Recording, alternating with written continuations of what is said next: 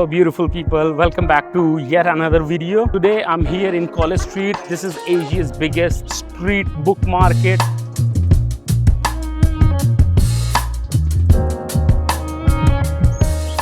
Today I want to talk about basically three subjects that has been very close to me in photography: color, chaos, and calmness in a photograph. I'm going to decode these three words, these three aspects of photography on these streets. I'll look for these three things to combine and photograph. I've always been in love with this street. I've taken so many photos here. So I'll just try to connect all these things together in order to just understand photography a little more.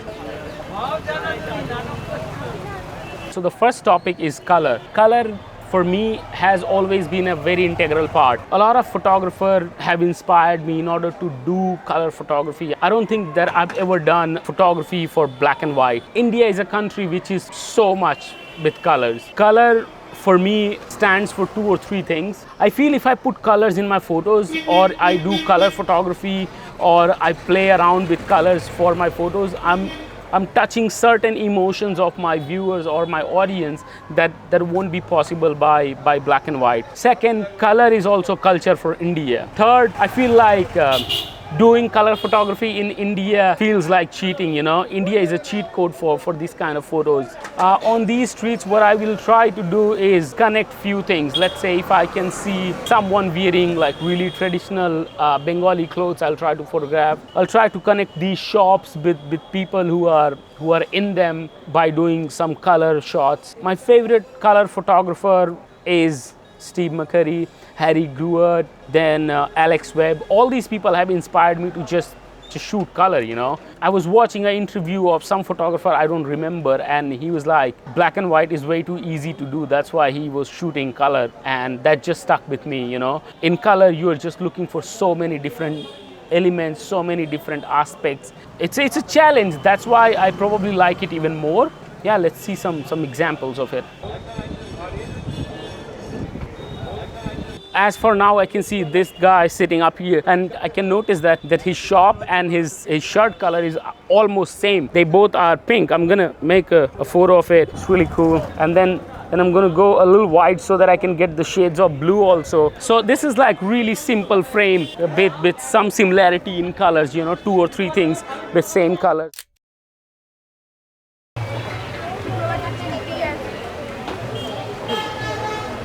We can always use color as our emotional support in the photos. Just the context of two things in the photo using color would be really great. I really like the colors of that boy with the red color with the muted green. It's just popping out. The way they are sitting, this is pretty interesting. A lot of the time, color is also used to explain the cultural impact or cultural importance, or things which have always been the same color. Like I can see this post box that we have always been using in India for ages, and this is red. It's always been red in this world. Also, these post boxes have been discontinued by Indian Post Office, so I can see like this is just for a showpiece. But I guess if I photograph it and I have the red colors in it, this represents a part of history. This represents that it's been here forever. I think combining these things with your photos and with the surroundings, it tells some story that we can always put forward. I'm trying to put that in my center and having this uncle as my foreground. Then the yellow color boards up there. I'm using a bit of Dutch angle to maintain it.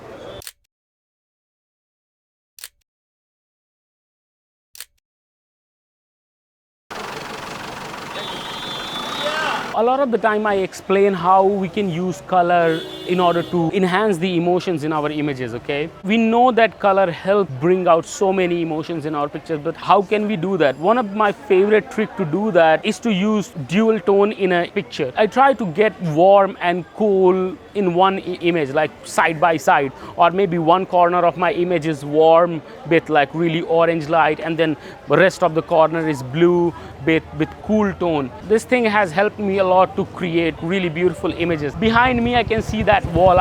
Because we are shooting this video during like daytime, so I don't see any orange light right now, but I can see that orange wall. I'm gonna split that frame, you know. Half would be that orange color wall, and the half of that shop, the uncle in the shop and the environment that's going on in the shop will be my colder tone. So I'm just waiting for someone to come.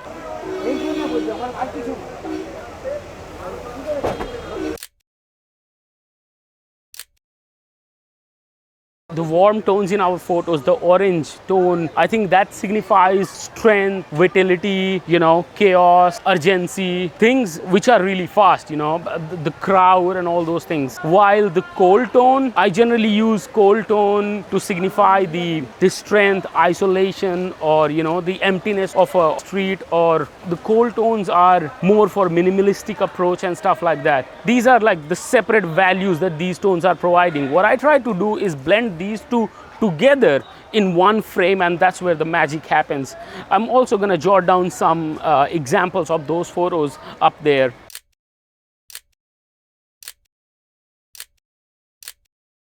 I was telling you guys about how color can impact the cultural things in your photograph. I was walking and I can see this uncle with the red beard and red hair, or the orange beard and hair. I think that's because Muslims, they dye their hair with these colors. Uncle, ये दाढ़ी red क्यों करते हो? सादा हो गया इसलिए। सादा हो गया इसलिए। मुसलमान लोग करता है ना ज़्यादा? क्यों? देखते सुंदर जो लगता है।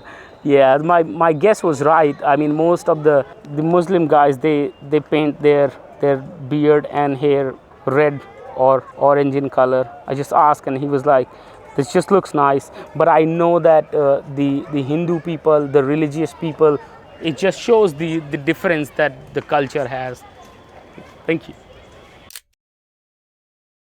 Our second topic of the day, chaos. When I started photography, my whole idea about photography was just how I can create minimalistic or soulless based images on the streets of Kolkata or on the streets of India. I've always been intrigued by just one subject in chaos. I always found out that doing minimalistic street photography was my thing, but a couple of years ago I got myself a M11, Leica M11, that just changed my perspective about doing photography. I never knew that gear will play a very important role in the way you see things or the way you photograph. I got M11 and I got a 28mm lens, and wow, I fell in love with doing chaotic images. I fell in love with doing layerings. For me now, I want to connect so many things in one frame. I'm just amazed how things can coexist with one and another. You got one moment, you photographed it, next moment you have something else in the same frame, qualifying it to become a better photograph. So you gotta think about those things, and they just shaped me to do chaotic images a little bit more. I'm amazed on streets how multiple moments and multiple situations, multiple people can just coexist with each other. They just tell a story altogether instead of having just one thing which is in the frame and you're just defining that. I feel if we can define that certain thing or that certain subject with its surrounding and with many more things in it, that will make maybe a better photograph. There's nothing such as better or worse photograph in my opinion, but chaotic images feels a little bit more, I guess, nicer. I'm not just explaining the complex images for the sake of being complex. I'm explaining it because I live in a very complex world. I won't do justice to my photography if I don't do complex or chaotic images on the streets of India. I guess like the chaos here is so organized that every frame feels like a great photo.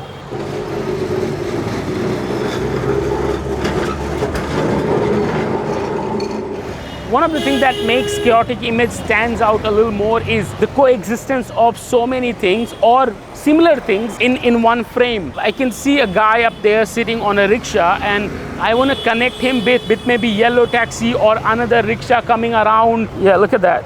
I got him. I'm not a huge fan of him being on the phone, but once he cuts down the phone, it can be a frame. Okay, so these two different types of rickshaws.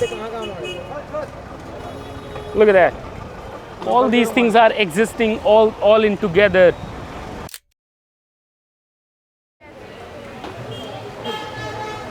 The existence of all the shops together in one frame makes it a little bit interesting.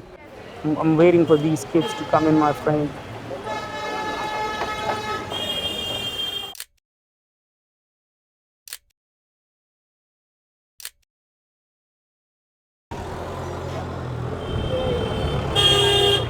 Look at that.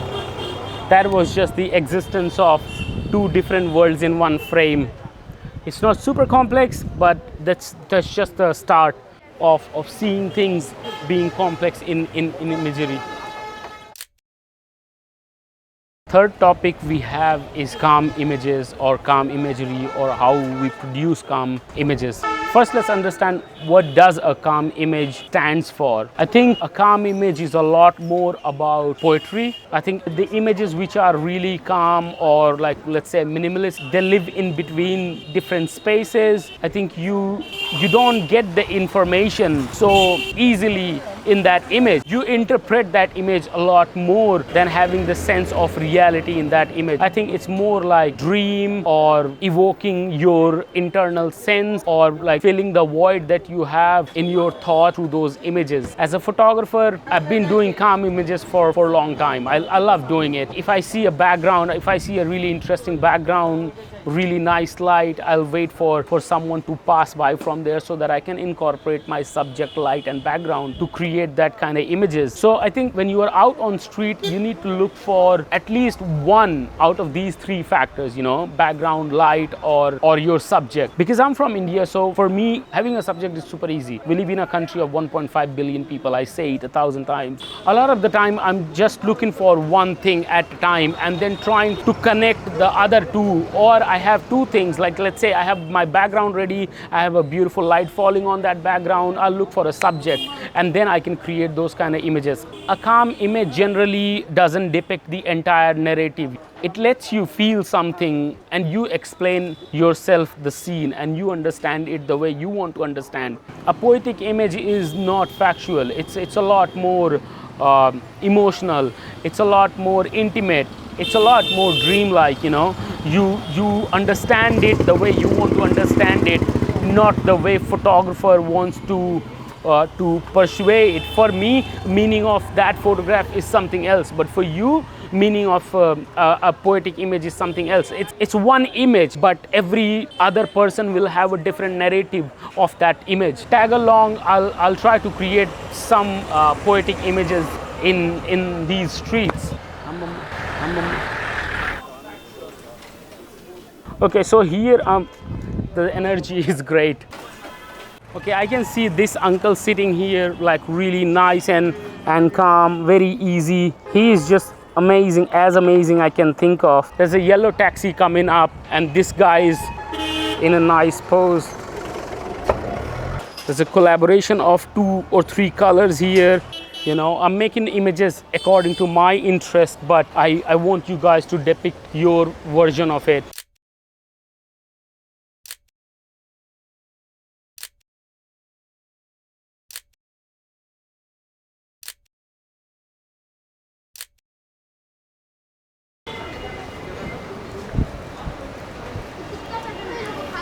While wandering around, I'm just trying to think of various ways to create calm images. I can see this book up here of Saint Teresa of Kolkata, Mother Teresa. She is like super famous in Kolkata, or probably in the whole world. She also represents the grittiness and the strong sense of Kolkata also. So if I combine her picture in these shops, she is the only visible face. So this is a really nice or calm portrait that I'm getting here. Yeah, I think that's what this frame stands for me. You can have a different meaning about it. You can approach it in a very different way, but that's what it stands to me.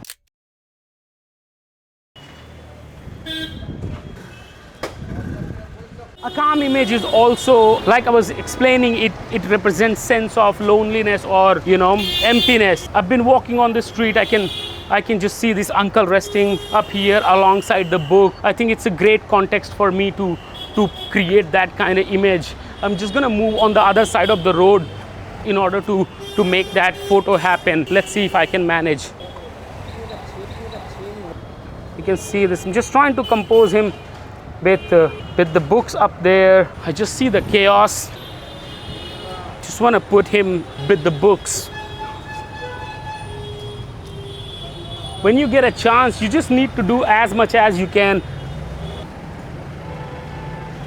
You know, the details of the rickshaw and the books are so interesting. There's not much room for me, but I can manage something.